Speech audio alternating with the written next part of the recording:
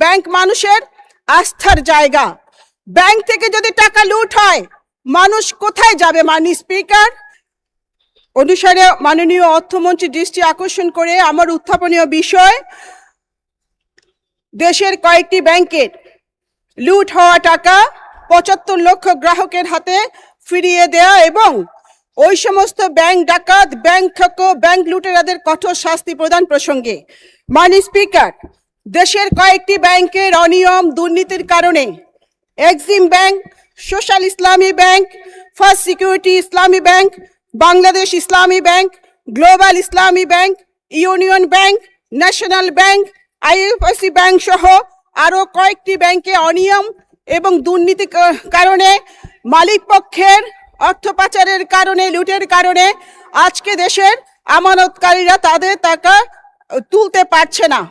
এই টাকা কোনো বিলাসিতার টাকা নয়, এই টাকা তাদের কষ্ট অর্জিত টাকা।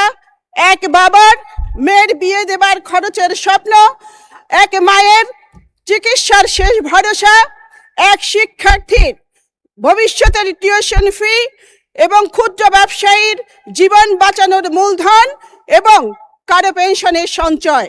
তারা অতি কষ্টে অর্জিত এই টাকাগুলো ব্যাংকে রেখেছিল। ব্যাংক মানুষের আস্থার জায়গা।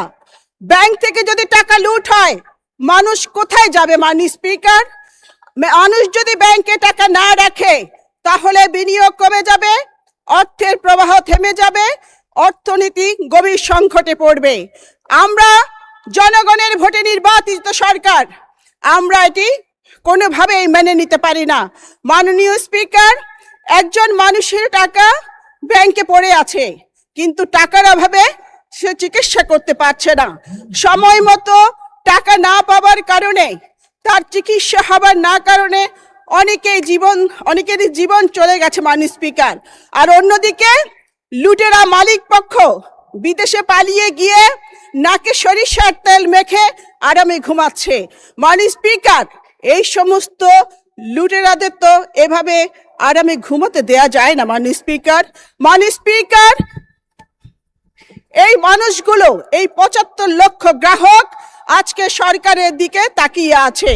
তাদের কান্না, তাদের আর্তনাদ, আজকে তারা ন্যায় বিচার পাওয়ার জন্যে রাষ্ট্রের কাছে দাবি জানাচ্ছে।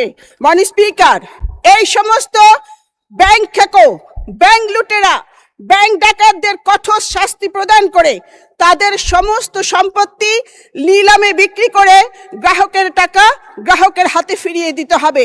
তবে জানতে পারলাম তাদের যে সম্পত্তি রয়েছে তারা তার চেয়ে ১০-১২ গুণ বেশি তারা টাকা লুট করেছে।